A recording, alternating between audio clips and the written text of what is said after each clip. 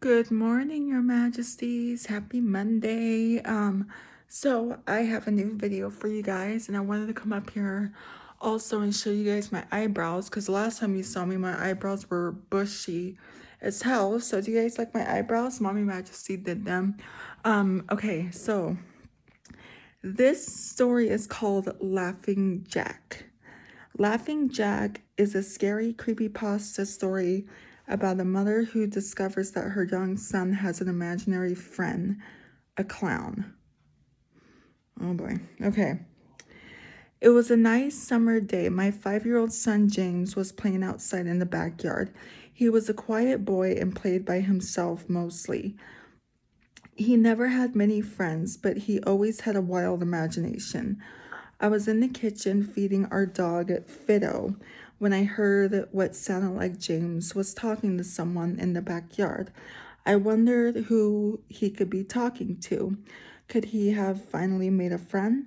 Being a single mom is hard for me. For always to keep for me to always keep an eye on my son. So I decided to go outside and check on him. James was alone in the backyard.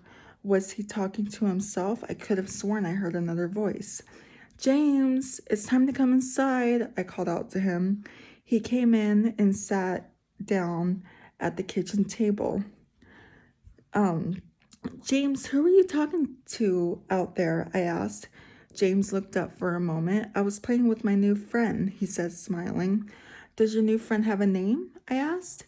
James stared at me for a moment before replying. His name is Laughing Jack. Oh, that's a strange name, I said. What does your friend look like? He's a clown, James replied. He has long hair and a big swirly cone nose. He's got long arms and baggy pants with stripy socks, and he always smiles. I realized my son was talking about an imaginary friend.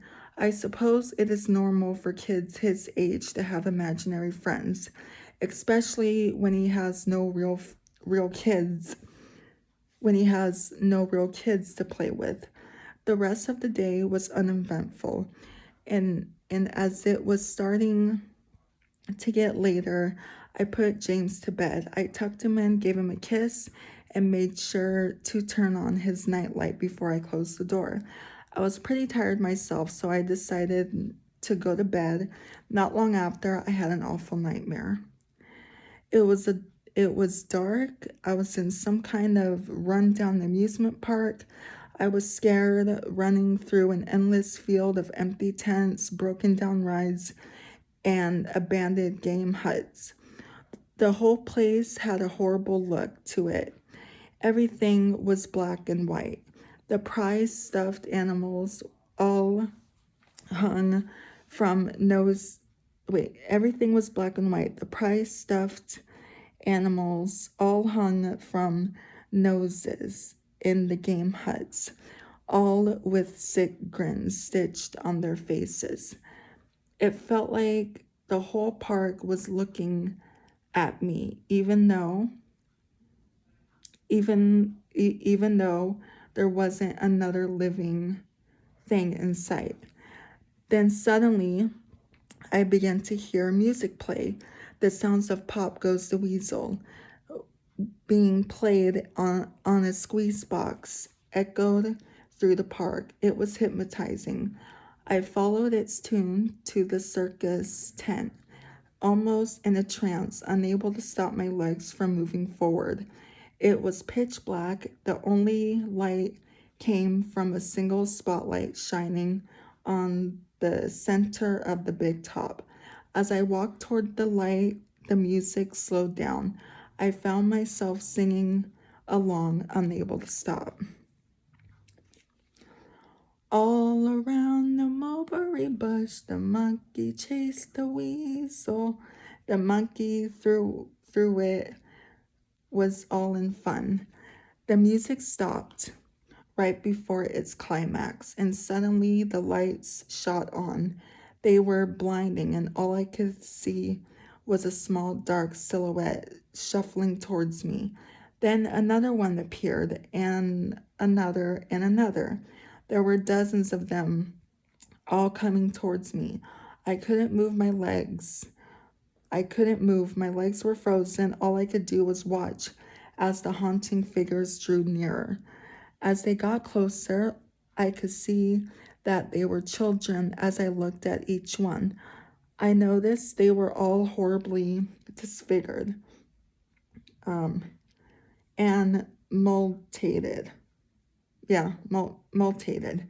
Some had cuts all over their bodies, others were severely burnt. Oh, and others were missing limbs, even eyes. The children enveloped me, clawing at my flesh, dragging me to the ground and tearing inside me. As the children tore me apart and I faded away, all I could hear was laughter, horrible, awful, evil laughter. I woke up the next morning in a cold sweat after taking a few deep breaths.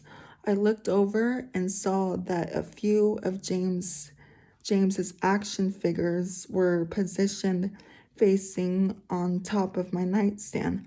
I sighed. James had probably woken up early and put these here. I gathered up the toys and made my way to James's room. However, when I opened the door, James was sound asleep. I just shrugged and placed the toys back into his toy box and headed out to the living room. A little while later, James woke up and I made him his breakfast. He was quiet and seemed a bit groggy. Perhaps he didn't sleep well either. I decided to ask him about the toys. James, honey, did you put the toys in Mommy's room this morning? His eyes shot up at me for a moment, then quickly glanced back down at his cereal bowl. Laughing Jack did it. I rolled my eyes. Well, you tell, and I rolled my eyes and responded, well, you tell Laughing Jack to keep the toys in your room. James nodded and finished his breakfast and decided to play out in the backyard. I went to relax in the living room and I must have dozed off because I woke up a couple hours later. I was a bit worried. I needed to check on James. It had been over 2 hours and I hadn't seen him. I went stepped out into the backyard, but James wasn't there anymore. I was getting a little nervous, so I called out to him. James, where are you? Just then, I heard a giggle coming from the front yard. I rushed through the gate around to the front of the house. James was sitting on the sidewalk. I breathed a sigh of relief and walked over to him. James, how many times have I told you James, how many times have I told you to stay in the backyard? James, what are you eating? James looked up at me, then reached into his pocket and pulled out a handful of candies. This made me very nervous. James, who gave you that candy? James just stared at me, not speaking. James, I cried, please tell me where you got that candy. James hung his head down and said, Laughing Jack gave it to me. My heart sunk. I knelt down to look him in the eye. James, I've had enough of this damn Laughing Jack thing. He's not real. Now, this is a very serious situation, and I need to know who gave you that candy. I could see my son's eyes tearing up. But Mama, Laughing Jack did give me the candy. I closed my eyes and took a deep breath. James has never lied to me, but what he was telling me was impossible. I make him spit out the candy and I threw the rest away. James appeared to be fine. Maybe I was just overreacting. That night, I put James to bed as usual and decided to go to bed early myself. Suddenly, I was woken up by a loud bang coming from the kitchen. I sprang out of my bed and hurried down the stairs. When I got to the kitchen, I was horrified. Everything on the counters had been thrown on the floor, and the dead body of our dog, Fido, was hanging from the light fixture. Oh my gosh.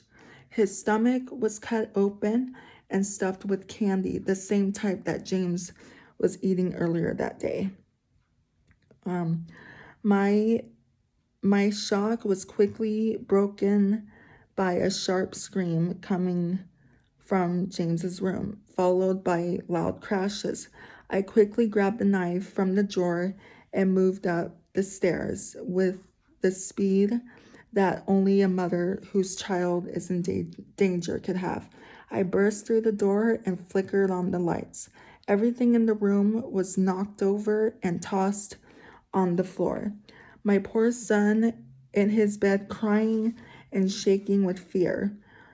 A pool of urine staining the sheets. Oh gosh. I scooped my child up and ran out of the house and went next door to the neighbor's house. Luckily, they were still awake. They let me use their phone and I called the police. It didn't take them long to arrive, and I explained what had happened. They looked at me as if I was crazy. They searched the house, but all they found was a dead dog in 2 trashed rooms. Holy crap. Oh, this is a long story. Okay. The officer told me that someone had probably gotten into the house and done this, making a quick escape when they heard me coming up the stairs. I knew it wasn't true. All the doors were locked and none of the windows were open. Whatever was in my house didn't come from outside.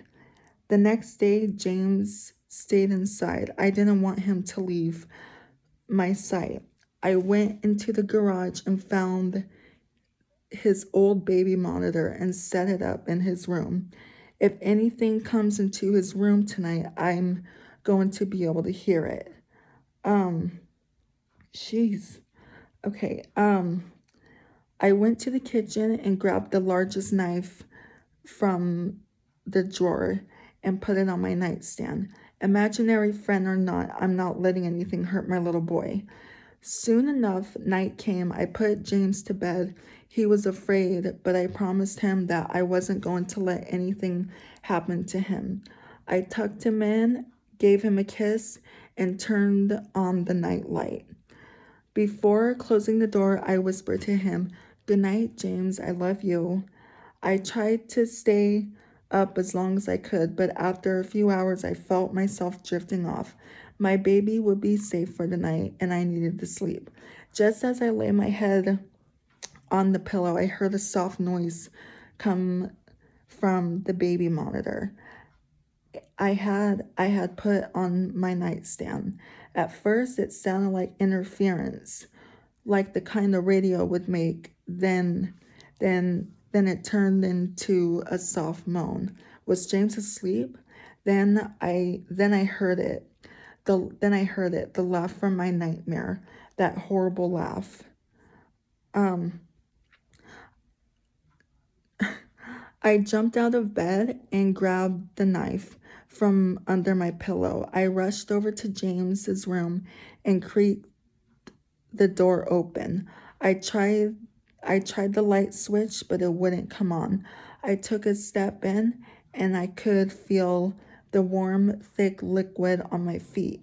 Suddenly, James' nightlight came on, and I could see the absolute horror that laid out in front of me. James's body was nailed up to the wall, the nails piercing through his hands. His chest was cut wide open, and his organs hung to the floor. His eyes and tongue had been removed, along with most of his teeth. I was disgusted. I could hardly believe that I could hardly believe this was my baby boy. Then I heard it again.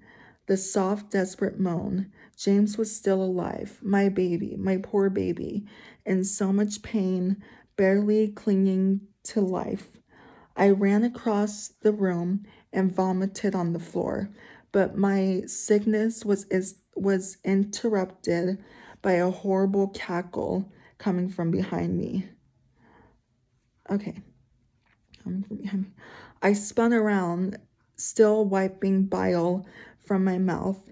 Then out of the shadows emerged the fiend responsible for all this horror. Laughing Jack, his ghost white skin and matted black hair hung down to his shoulders. He had piercing white eyes surrounded by dark black rings. His twisted smile revealed a row of sharp jagged teeth, and his teeth didn't, hold on, and his skin didn't look like skin at all. It almost looked like rubber or plastic.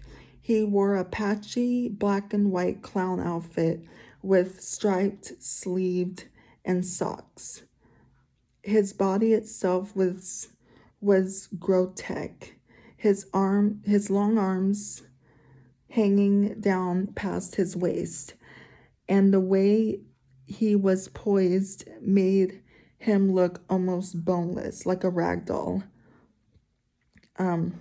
He let out a sickening laugh as if to let me know he was pleased with my reaction to his work. He then turned around slowly in front of James and began to laugh, even more with the horrific sight has laid out. That was enough to shake me from my terror. Get away from him, I snapped. I rushed at the monster, raising my knife above my head, and stabbed down at him. But as soon as the knife touched him, he disappeared in a cloud of black smoke. The knife passed right through and pierced James' still beating heart, splashing the warm blood on my face. No, what have I done? My baby! I killed my baby! I immediately fell to my knees and I could hear sirens in the distance growing louder. My baby boy, I promised mommy would protect you, but I failed. I'm sorry, James. I'm so sorry. Police soon arrived to find me in front of my son, still wielding the knife covered in my baby's blood. Then the trial was short. I was found not guilty by reason of insanity. I was placed in a mental home for the criminally insane where I have been for the past 2 months. It's not so bad here. The only reason I'm awake now is because someone is playing Pop Goes the Weasel outside my window. I'll talk to the orderlies about it in the morning. Holy crap, man. Wow, that was a long story too. Oh my gosh, this video is 18 minutes. Anyway, yeah, that's really scary. That's really scary. What are your thoughts? Let me know down below. And do you guys like my new eyebrows? Mommy Majesty did them. She did a really good job, huh? Anyway, that's gonna be it for today's video. So if you're new here, hi, I'm Princess Peyton. Hit the red button to become your Majesty, and hit the bell notification so you're notified every time I upload a video. And I love you guys so much. You guys are the best human beings ever made, and you're the king of my heart. And the song lyrics of Taylor Swift. And I will see you guys in Wednesday's video. Okay, love you. Bye. Mwah.